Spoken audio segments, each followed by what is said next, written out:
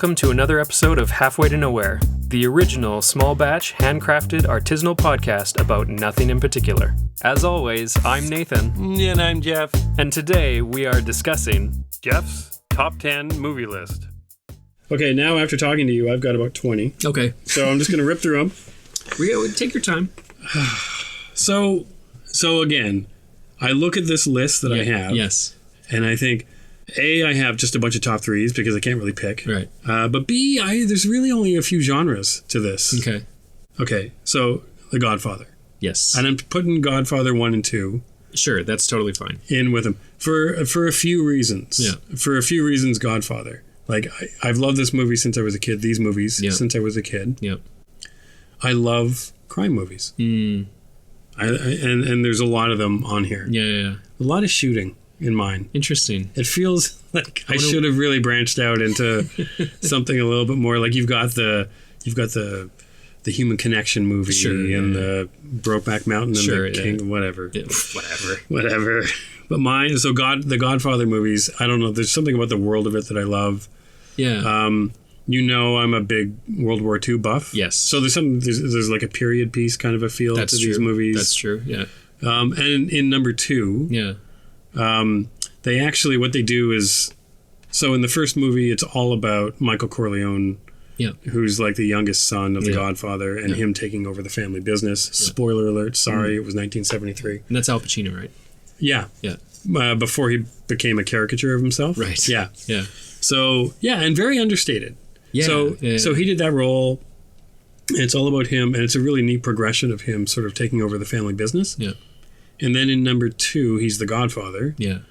And so at this point, Marlon Brando's character has died? He died at the end of the first one. Okay. Yeah. And so at the beginning of the second one, Michael Corleone is the Godfather. Yeah. But they do a lot of flashbacks. Like half the movie is cutbacks to Marlon Brando's character as a child or as a young man coming to America. Okay. So it's all about him in like the teens and 20s. Yeah. And that's played by Robert De Niro.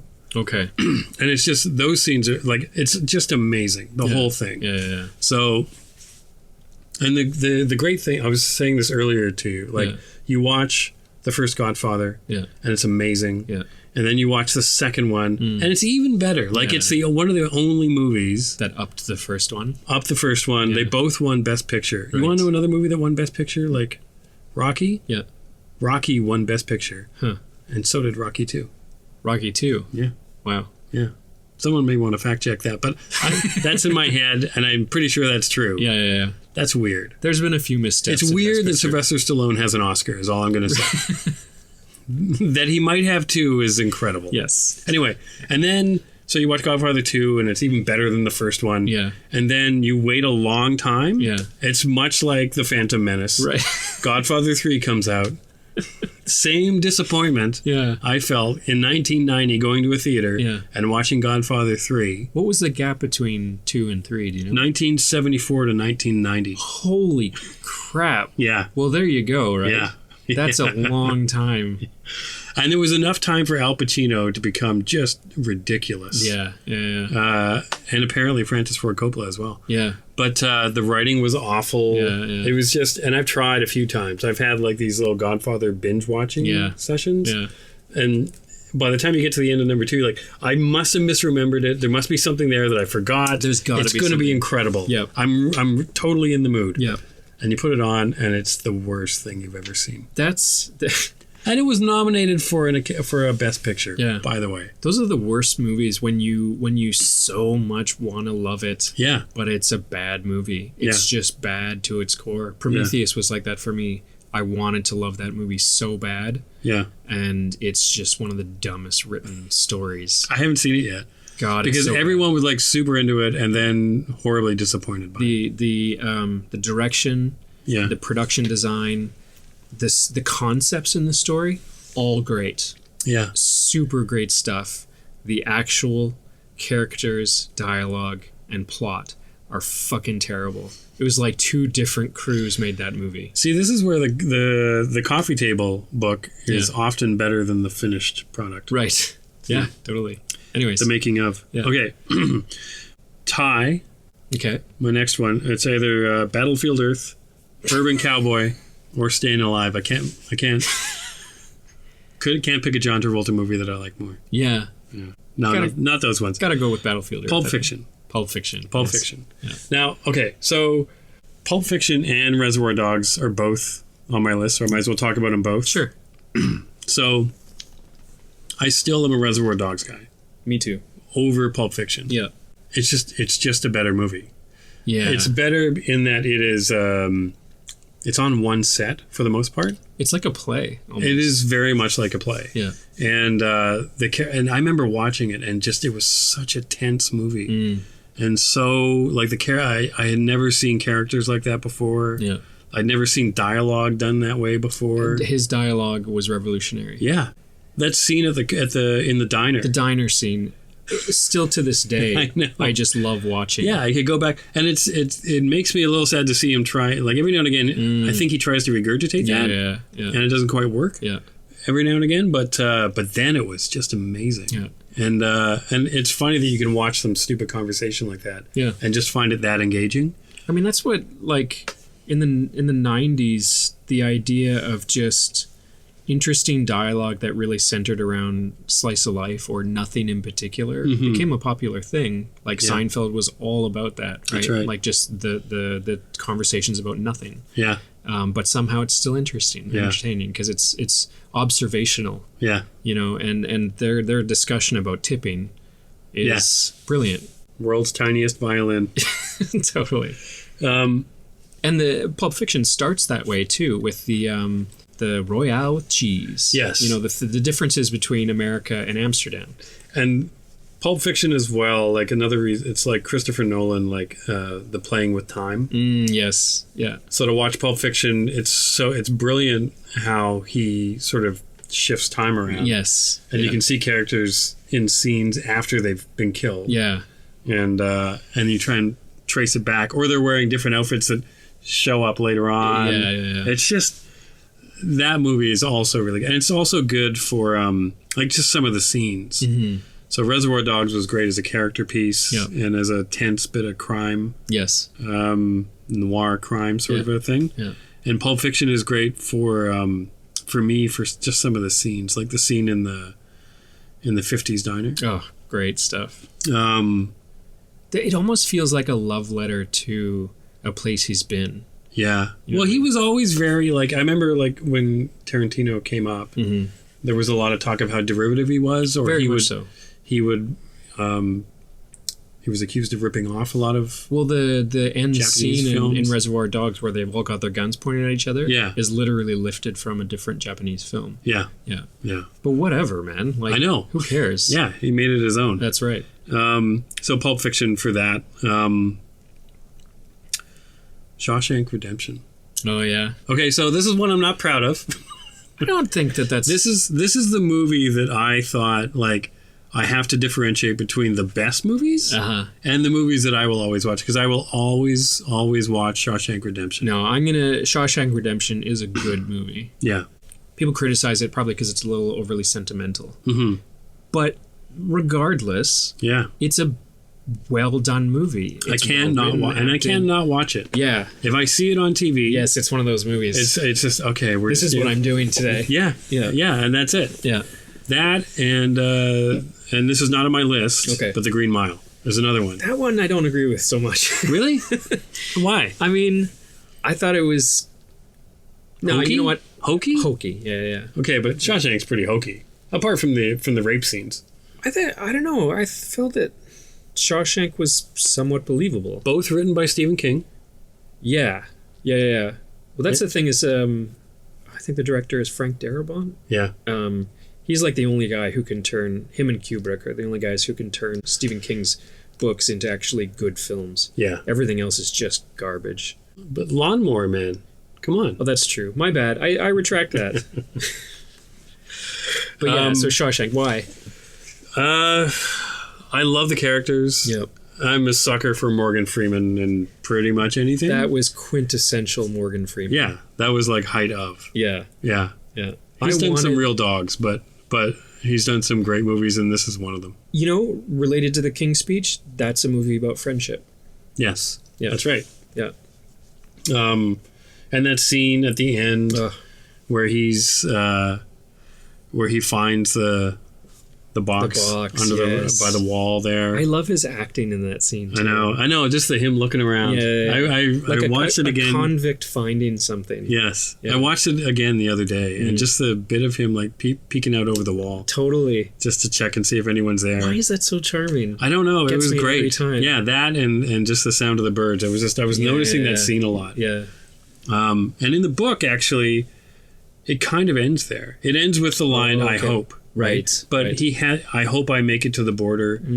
I hope I make it to Zihuatanejo." I hope. Right? Whatever it was. Yeah. That's how the book ended. Okay.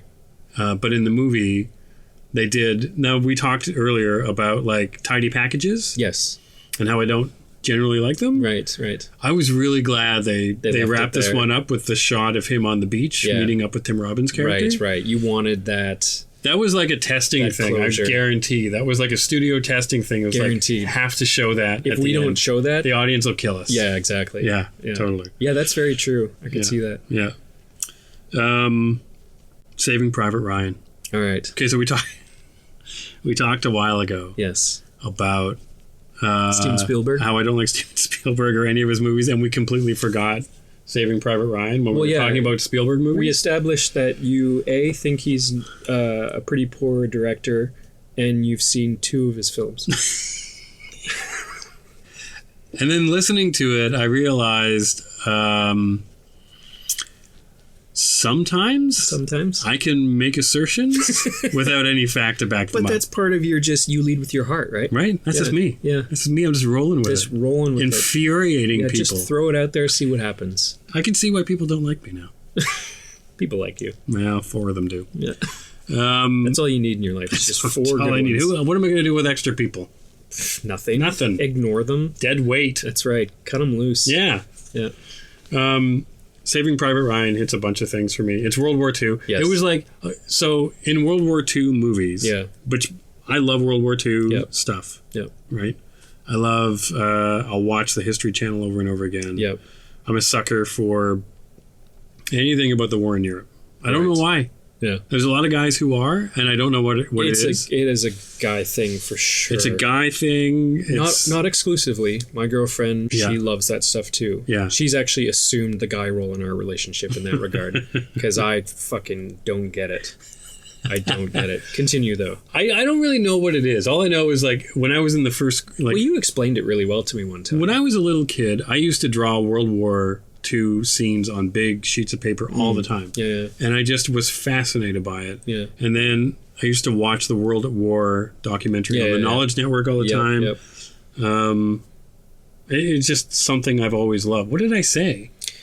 You said that you liked that there were these extraordinary stories of just regular people put in these really extreme situations and how they managed to survive or what they had to do. Like these guys were cab drivers and plumbers and just regular people. Yeah. Anyway, it was the first time that World War II had been depicted so realistically. So that opening 10-15 minutes on the beach is unbelievable. It's so harrowing. It's a feat of filmmaking. Yeah. That I was thinking about it when you were talking about it. And I was thinking about the invasion of Normandy. Yeah. And it was like storytellers were waiting for the technology to catch up so that they could depict this event in the reality of what happened. And it was incredibly like... Well, I heard stories about like vets who came out of it and they're like, that's the first time I've ever really seen it. Yeah. Like it was. Yeah. Yeah.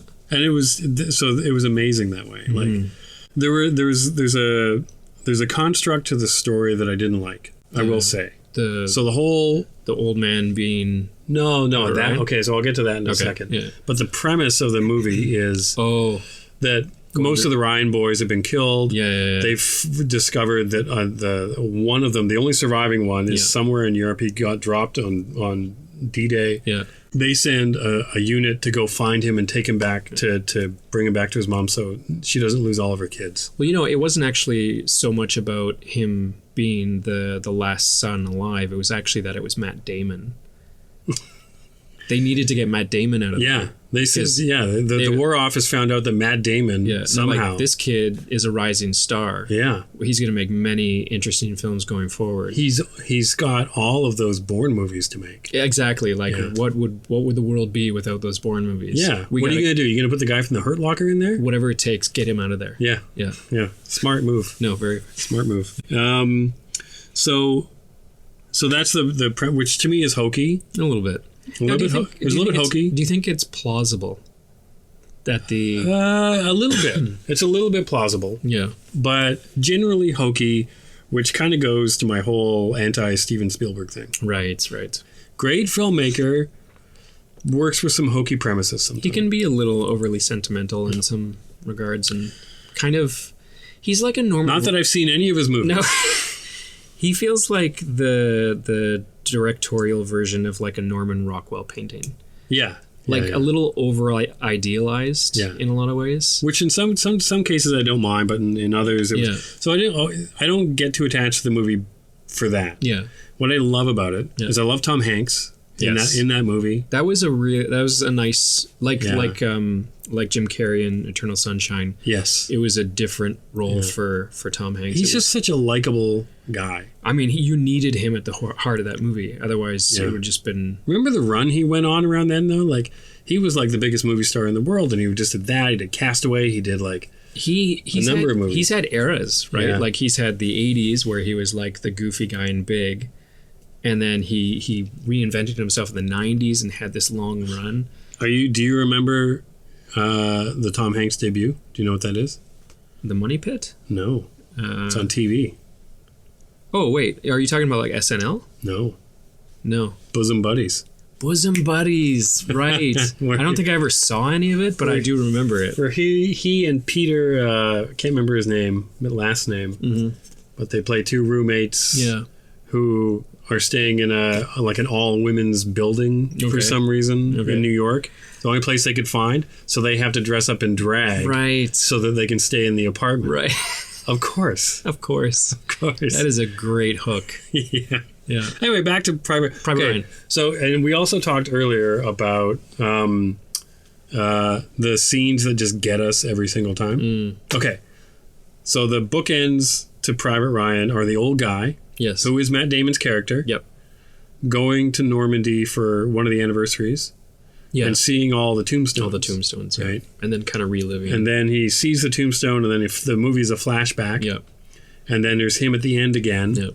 And he asks, I'm going to cry.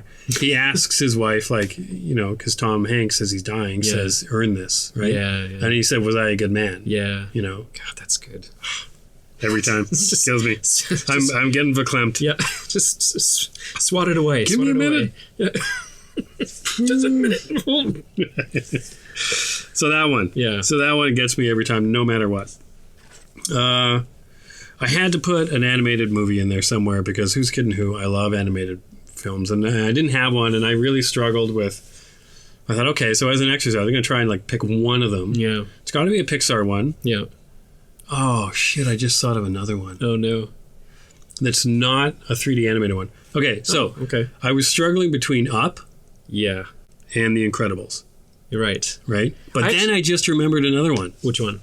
Iron Giant. Oh, yeah. That was really that was it for a while. So, Iron Giant, when he says, I am Superman. Yes. Right in the chest, right? Yeah. And then Up, I think by any standards of storytelling, the first 15 minutes in that film. That's the reason why it was forever on my list of it's got just for that first opening 15 minutes, it tells the story of that guy and his wife. His entire life. Without a word. Minutes. Without a word. Without a word. Yeah. And it was amazing. I went to a Pixar masterclass where they talked about story and animation. In the story class, one of the story artists, he uses that as as an example of one of the things that they've done.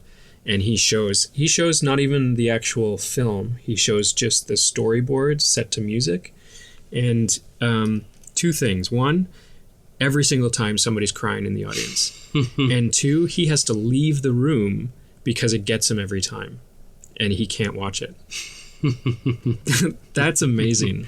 If you can make in 15 minutes with drawings and a little bit of music, you can make a thing that impacts people that well. Isn't that crazy? Consistently. Yeah, it's amazing. So the through line for me from Iron Giant to The Incredibles is Brad Bird. Yeah. The director. Yeah. And I just thought he was like the greatest. By the time The Incredibles came out, I just thought that he was. Then he made Tomorrowland, and then all went away. But like his live action career has not been as good as his isn't that crazy? Animation career. It's weird. I wonder if that's just a coincidence. Like, what has he done besides Tomorrowland? He did one of the Mission Impossibles. Did he? Really? And it wasn't bad. Yeah. It was okay. Did he do the one with Philip Seymour Hoffman? That wasn't him, was it? It was the one where Tom Cruise was hanging off of the building in Dubai or whatever. Oh, okay. Yeah, okay. That one. Okay. But, Brad Bird. Yeah. Brad Bird came along to Pixar right when they needed it. He was just a nice, fresh take on what storytelling in animation could be. The Incredibles was a movie that lived up to the promise of itself from the get-go, which... Yeah. So when you saw there was the teaser trailer for The Incredibles, which was a shot of Mr. Incredible in his den, trying to fit into his suit or something, and that's all they showed. Yeah. And just big fat Mr. Incredible. Yeah. And I remember seeing that thinking, oh God, please let this be good because that looks amazing.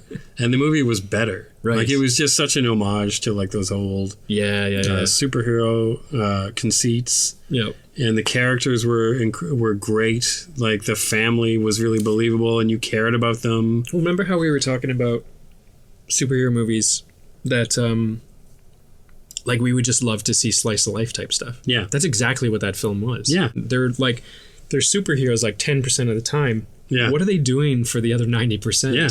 And then the meeting with the woman who makes the costumes. Right. And Edna Mode. And which is Brad Bird's voice, by the way. It's amazing. Yeah. And that's one thing I have to say is I love about Pixar is that if they have somebody during the story meetings doing a voice and they love it, they'll just put it in the film. I love that. Yeah. Yeah.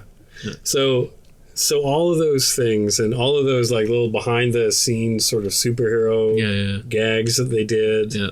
Mr. Freeze. Is Mr. Freeze like getting into a fight with his wife while he's looking for his... Where is my super suit? Yeah. Why do you need to know? You give me my super suit, woman. Like that whole thing. As chaos night. Outside the window. A date night. Yeah. Yeah. And then on top of all that, doing it all with through a 1960s filter. Right? I can see why you would like that. Yeah. I'm not that old. No, but you much like any hipster, you enjoy callbacks to different time periods, right? Look, I like it tapered pant leg. That's all I'm saying. And what's wrong with that? And it's thinner ties. Is there something wrong about tapered pant legs? That's all I'm saying. Jesus. So The Incredibles, and it's just always good, start to finish. And I love even the last scene where was it Mole Man comes up from under the city, right? And he had his own stupid tagline and just went on. Like, it's just so good. The design of it was my favorite. And they're, like you say, they're calling out a lot of stuff. When Mr. Incredible and Mr. Freeze are sitting in Mr. Incredible's car talking about old days. Yeah. He's like, and then the guy, he starts monologuing. Like, they actually remember times when the bad guy starts monologuing. Yeah. Like, why don't you just kill me? Like, what are you doing? So they talked to the conceits, like the monologuing. Yeah. And then there was this was brilliant, I thought. So they did that. And then they talked about, with Edna, about capes. Right. No capes. No capes. Capes are out. Yeah. And then talking about all the problems that have come up from superheroes with capes. And then the fact that the supervillain had a cape was his undoing at the end. Yeah. That was the best. I can't remember which superhero it was that got he was flying up next to the jet. Yeah, and then he gets pulled into the engine, and you can see the horror on everybody's face looking out the window. Man. It was so good. Yeah. You know they're sequeling it. Yes. Yeah. And it's Brad Bird. So is it? I think so. I'm pretty certain. If there's a story to tell, I think it'll be good. Like, I just hope that there's a story there. Yeah. Right? Yeah. That's the thing with the Godfather movies. Like, right. By the end of Godfather 2, they have so neatly tied that story up. Right. Right? Not in a, like, you know, like, put a bow on it kind of way, but, like, there's an arc to it that just naturally completes itself at the end of number 2. Yeah, yeah. There is no need for number 3. Yeah. So I would hope with The Incredibles that there's a need for a sequel. Yeah, exactly. Like, they're not just doing it for the sake of doing it. Yeah. No Country for Old Men. Yep. So that almost made my list. Okay, so the Coen brothers we talked about. Yeah. The Big Lebowski, obviously. Big Lebowski is also on my list. We don't need to talk about it. It's there. It's amazing. We know. The Coen brothers, like, I tend to, what I notice from this list is I tend to work in, like, directors. I've got basically... Which is another top 10 list we're going to do. Yeah. I got Wes Anderson. The Coen brothers. Yep. And Quentin Tarantino. Yeah. Like, I could have done a Quentin Tarantino. He could have taken up half my list. Right, yeah. And same with Wes Anderson. Yeah. And pretty much same with the Coen brothers. Yeah. So, but I picked No Country for Old Men for a few reasons. One of them was, like, I can't watch a Coen brothers movie and like it at the end of the movie the first time I see it. No. There's not been one that I've gone, like, top 10, one of the greatest movies I've ever seen. You walk out of the theater, you're like... Yeah. I always walk out going... What did I just watch? I think I should like it. Right. I think there were things in there that were good. Yeah. It's like slightly kind of confused. I don't know. I think I need to see it again, which I think is good art. Right? Absolutely. Because it defies convention. Yeah. It's the unexpected, right? Yeah. Kind of catches you off guard a bit. And that was the thing about No Country for me was I had no understanding of Cormac McCarthy. Yeah. His work. Yeah. I understood going into the movie that it was based on a book, and that was about it. Yeah. So I watched it, and I did not understand the structure of this movie. I didn't understand whose fucking movie it was. Right. Like, who's the goddamn lead character in this movie? Yeah. And I didn't get it. Yeah. I knew I liked it. Yeah. And Javier Bardem? Javier Bardem? Javier? That guy. Yep. Was such a great character. Totally. Like, unbelievably deadly. It's funny, a little tidbit about that, the hairstyle. Yeah. Javier, when they showed it to him, he was like, this is ridiculous. This is stupid. I look like an idiot. Yeah. It wasn't until started to see the footage and realize what they were trying to do. Yeah. That this is a guy who doesn't care about that kind of stuff. And the not caring is what makes him terrifying. The menace. Yeah. In that character, like, there are so many things that are so great about this movie. Oh yeah. There are long shots. Yeah. That where the first main character, I wish I could remember the names. Who's the guy, the younger guy? Josh Brolin. I can't remember his name. Okay, so anyway, when his scene where he goes back to the trucks. Yes. To bring that guy some water. Yeah. And then you see the headlights up on the ridge. Yeah. And that long shot, and then they start coming down, and then he starts running. And it's just like, it's so tense. Oh, it scares the hell out of me. Totally. And the menace in Javier Bardem's character. Yeah. But the best thing, like, was... So what happened was, I watched the movie. I didn't understand whose movie it was. Yeah. I thought it was Josh Brolin's movie. Yeah. And then he ends up dead. Right. In the movie. And in a really kind of... Cast off sort of way, right? Yeah. He's just dead. Yeah. I actually didn't even know it was him. You didn't see him die? Well, there's a really brief shot of somebody laying in a doorway. Yeah. At a weird angle. They don't show you his face. Yes. And yeah, it was like, wow, I've been with this character for a while now, and they just kind of tossed him away. Yes. Yeah. And that's where I was like, I don't get it. Yeah. And then I realized, it was intentional. It's intentional. Of course. So all those things, and then I went and I read the book. And the book's incredible. It's amazing. Yeah. And then I got it. Yeah. Oh, this is Tommy Lee Jones's movie. Yeah. This is about him. Yeah. This is about his arc and his sort of, like, after reading a number of Cormac McCarthy books, I think it really is about like the rise and fall of the United States. Like I see a sort of Western civilization decline kind of a vibe through his books.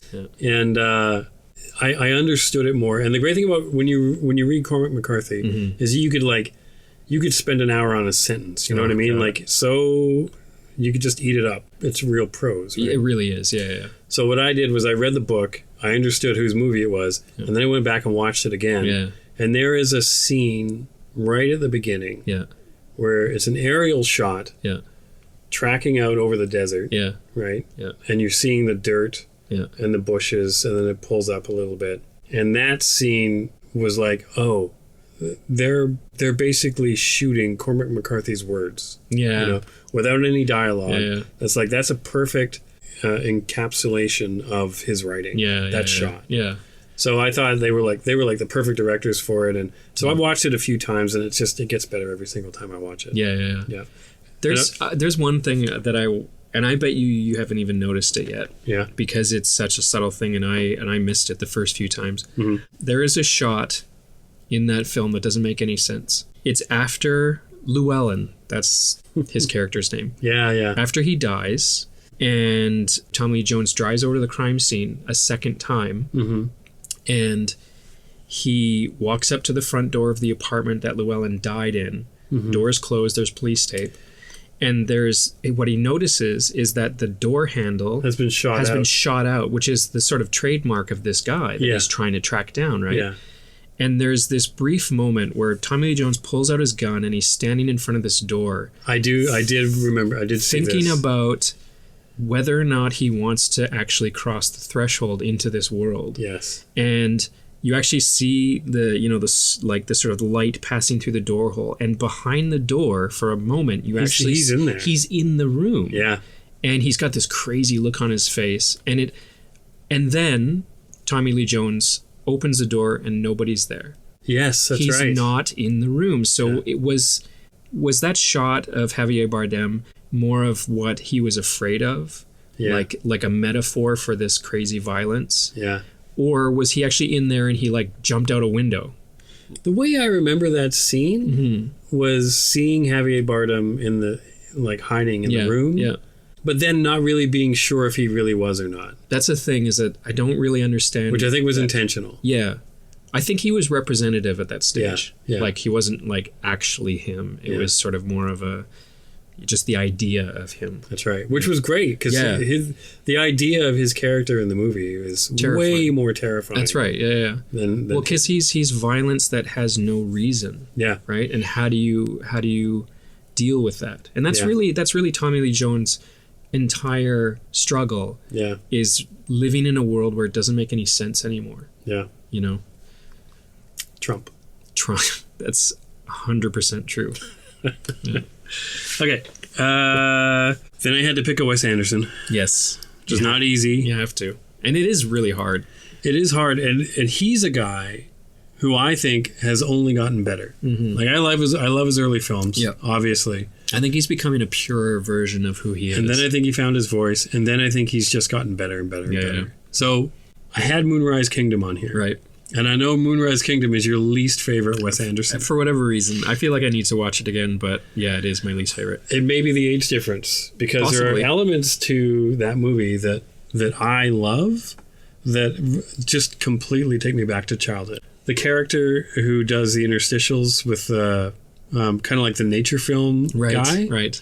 Talking about the tidal pools and whatever. Yeah. That's from watching like old '60s Disney things when I was a kid. Yeah. I'm not in the '60s. I didn't watch it in the '60s. When were you born? I was born in 1969. Sorry, what? I was born in 1969. Not even really in the '60s. Yeah. No, you were aware. When did you gain consciousness? In the 70s, right? No, in the 80s, 90s, recently? But about a couple of weeks ago. Okay, sure. Yeah. But there's just so much in that movie that just feels like a really idealized childhood in a lot of ways. Yeah, for sure. And the adults are just so removed from the lives of their kids. Yeah. The kids just seem to get... It's like a Charlie Brown... It really is, yeah. You know? Yeah. Sort of a world where the kids just sort of like run their own thing. Like the adults are told through the lens of the children. Almost. Absolutely. Yeah. And the play... The beauty of that play, like the costumes that the kids make, and then that camp. Right. Like how incredible that camp is. It's all very idealized, and it's great. But that's not on my list, so I don't need to talk about that. All right, fair enough. One on my list is actually like a more fully realized vision of a world. Okay. I think I feel what Wes Anderson's been doing is making his own worlds like more and more and more. Yeah. And Grand Budapest Hotel. Yeah. To me, is like that's the one where he's at the top of his game. Right. Yeah. So far, hopefully. Yeah. But that world and those characters. So Ralph Fiennes' character in that movie is hilarious from beginning to end. Like, he's so proper. That's a friendship movie between him and Zero. It is. Yeah, totally. Yeah. Get your hands off my lobby boy. Yeah. And the lines in it. And then another character, bit character who I love in it is Jeff Goldblum's lawyer. Yes. Him reading the will. Right. I could just listen to him on repeat over and over and over again. Yeah. And then, did he just throw my cat out the window? And the guy just walks by, William Dafoe just sees the cat and then just chucks it out the window. Oh, man. Just his punctuation. Yeah. And his very much like the Coen brothers, Wes Anderson's humor is really specific and really unusual. Yeah. And Adrian Brody, just so foul-mouthed and like... Oh, God. You know what really blew me away in that movie? Yeah. Which I didn't realize until afterwards, but the old lady who dies... Tilda Swinton. I know. She's young. Talk about makeup. Jesus. Yeah. That was very well done. Yeah, hats off to whoever did that. Yeah. Makeup rarely stands up. Yeah. When you're like, what? Yeah, especially old people makeup. Yeah. Like, that never comes across very well. Right. Benjamin Button. That was CG. It didn't look very good. No. Was it all CG? There was no practical? Well, there may have been some practical, but for the most part it was CG. Huh. But it didn't hold up. Yeah, not super well. But yeah, that film, I think you're right. I think he is, like, each film he just gets a little bit better. And quirky little touches here and there. That's the thing, is that, like, I would say almost more than anybody else I can think, he literally has his own universe that he is drawing from. Like, nobody... Mm-hmm. I know he's pulling reference from somewhere. Yeah. But fuck me if I know what it is. Yeah. And that complete and that well written. Like, even Jude Law's character in that movie. Every single character in the movie is well-rounded, has a story, has a personality, has their own quirks. F. Murray Abraham. Yeah. Like, and they're all really unique. Mm-hmm. Like, they don't feel like cliched in any way. They're all just very charming and quirky. Zero's girlfriend, who I can't remember the actress's name. Oh, yeah, I forget her name. But she just has a perfect birthmark of Mexico on her cheek. Right. Just for no reason. Doesn't really get mentioned too much. It's not really a part of anything. It's just there. It's just textural detail, right? Yeah. But it makes you wonder. And that's why the worlds feel so alive, right? Because there's so much in them. Those are the little things like that. Like, to put that birthmark on her cheek, that just hurts me. Because it's just so like, fuck, that's perfect. You know what it actually reminds me of? In Bottle Rocket, Owen Wilson's character, he's the mastermind of their gang when they do the robberies, and they're about to rob a bookstore. They're going to go in and they're going to steal the money from the bookstore, and they're out in the car, and he puts a little piece of tape on his nose, right across the bridge of his nose, and one guy goes, "Hey, what do you got the tape on your nose for?" And he's like, "Exactly." Perfect. That's those details. Yeah. Well, why is that there? Exactly. Okay. I think that's all of them. Oh, yeah? But as you were talking, I added a few. I'm sneaking them in. Yeah. Sicario. That was going to make my list, but I couldn't fit it in. Oh, by the way, I want to just say, yeah, part of the reason why I love No Country and Sicario is the DOP, cinematographer. Yes. Is it the same person? It is. The same is it really? Person, and I'm blanking on his name. He is because a master. Like that. Okay, so you know that scene that you were talking about when Llewellyn takes the water out to the trucks to give to the guy who's dying? Yeah. And then it starts in nighttime. Yeah. And then as he's getting chased across the desert, it transitions to morning, sunrise. And there's actually a twilight period or a sunrise period where it's like the light blue and purple, and then the sky is starting to go like greeny yellow or whatever. Yeah. That is like really hard to do, shooting in natural light like that. Yeah. And Sicario has a sequence like that where, well, there's actually a few sequences shot like that. And all the actors in Sicario, when talking about this cinematographer's work, were like, there's no way this is going to show up well on film. When they're recording it, there's not enough light. Yeah. But then they see it and they're like, this is stunning. Amazing. Yeah. This guy is a master, and I hate that I'm blanking on his name. I thought it was, you know what's funny is Roger Deakins. That's it, Roger Deakins. Thank you. Yeah. I thought it was Hans Zimmer who was the composer. It's not. It's not. For Sicario. It's this Icelandic guy. Johan Johansson. And he's new, and he's awesome. Like, he's an up-and-comer. That was, like, the sound... Okay, so this is one of the movies where, like, I would say the soundtrack totally helps make the movie. There's a piece... The score, sorry. Yeah, there's one particular movement in that score when they're first seeing Juarez for the first time. It's the staticky... Yeah, it's got this... Yeah. That sound. Yeah. And it's like monstrous. And I did a little bit of research on it, and Denis Villeneuve, who's the director, he said, just go off and create some ideas. And Johan...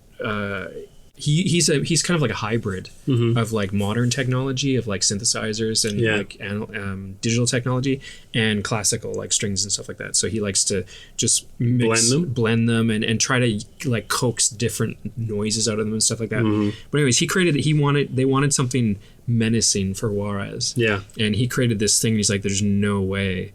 Like, it was one of the worst, well, not worst, but like one of the most darkest, edgiest ones, and he was like, I'll just go there and he'll pick something in the middle. But he was like, as soon as he heard that, he was like, no, that's the one right there. Really? I want that one. Yeah. There's two signature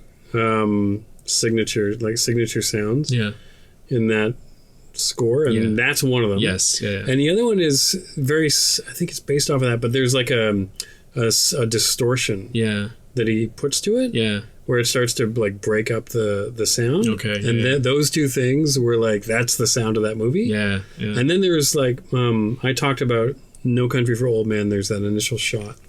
Oh, yeah. Panning out over the desert. Yeah. In Sicario, they do a number of shots that are just aerials. Yeah. Where they are looking essentially straight down. Mm-hmm. I think as they cross the desert or cross the border into Mexico. They cross the border into Mexico, yeah. And those shots were incredible. Yeah. But the sense of menace in that movie, and also it's a procedural, which you've pointed out to me. I didn't really know what it was. Yeah, that was like a thing that I liked. Yeah, until you pointed it out. But I love procedurals. Yeah, I like Interstellar for its procedural aspects. Yeah. I love this for that. Yeah. Sicario for that. Yeah, I love Silence of the Lambs. Yeah, for its procedural for sort of approach to FBI work. Totally. I like things that feel authentic in that way. Well, and I like to learn about how things are done. Yeah. Like, even if it's not even real, if it just feels like it's going to be real. Yeah, for sure. Yeah. No, I love procedurals too. Yeah. So I threw that on the list, and then I threw on Memento. Yep. Another one we talked about. Probably one of the most intricately put together scripts and films. Yeah. Like the editing of that film, the way the two storylines play out, because they meet in the middle. Yeah. And they're two different timelines intercut one is moving backwards to the point, and one is moving forwards to the point. And then they cross, right? Then they come together, and then they spin off into this one bit that we haven't seen, which is like the climax of the film. Yeah. That is, I mean, just from a scripting standpoint, just a nightmare to put together. Yeah. And have it work. I know. Like somehow have the scenes from each timeline work together, line up that's genius. I mean, I think it was really a statement for who Christopher Nolan was. Totally. And what his films were going to be about. Yeah. Yeah, there's a lot of, he does that on bigger levels. He does, yeah. You know, kind of generally. Yeah. I kind of wish that he still had the freedom to do that kind of stuff. Like, I think his work has become a little too populist. Yeah, I think so too. You know? I almost worried with him that his budgets got too big. Yeah. And because there's just so many expectations, right? I know. Yeah. How many big ideas can you do? Yeah. Like when your budgets get bigger but your ideas get smaller. Yeah. It's not a good recipe. Well, you end up having to take a concept and just stretch it really wide. Yeah, yeah. Whereas when it's a smaller film, you can just keep it nice and tidy and tight. Yeah. And then Battlefield Earth. So. It's a great movie. It's good. It's a great movie. Good way to wrap it up. I haven't seen it yet. I'm kind of saving it. I haven't seen it yet, but I'm sure it's amazing. Everything I've heard has been positive. Yeah. So, yeah. Anyway, that's mine. Yeah. So the top 10 list, now that you've made one. Yeah. What are your thoughts on it? Oh, I'm probably going to walk away from here and think I need to go redo it. But a waste of time? Or? No, it's fun. Do you actually enjoy it? See, the thing is, I love talking about movies. I love talking about books. Yeah. I love talking about music. Yes. That's really all this is. It's an extension of that. Yeah. And a personalization of that. Yeah. I guess I just look at it as a test. I mean, you will be judged on it. Yep. And there are wrong answers. I want to do the top. Another one would be the top 10 movies that scare the crap out of you. Oh, that's good. Yeah. We'll definitely do more top 10s. Top 10 directors is going to be fun. Yes. And music, we'll get into that. That'll be fun. Yeah. Yeah, absolutely. They're just fun. Yeah. It's just fun. It's just fun. At the end of the day, it doesn't mean anything. Yeah. Yeah. It's fun to disagree with other people's lists. That's right. As I'm sure most people are disagreeing with. Oh, yeah. Guaranteed. Yeah. And you know what? To be honest, I would love to hear other people's lists and why. Totally. I think the why is the more interesting part. Anybody can pick a list of films, but why do they like them? Yeah, exactly. That's what I love. Yeah. All right. Cool. That's the show for today. Thanks for listening.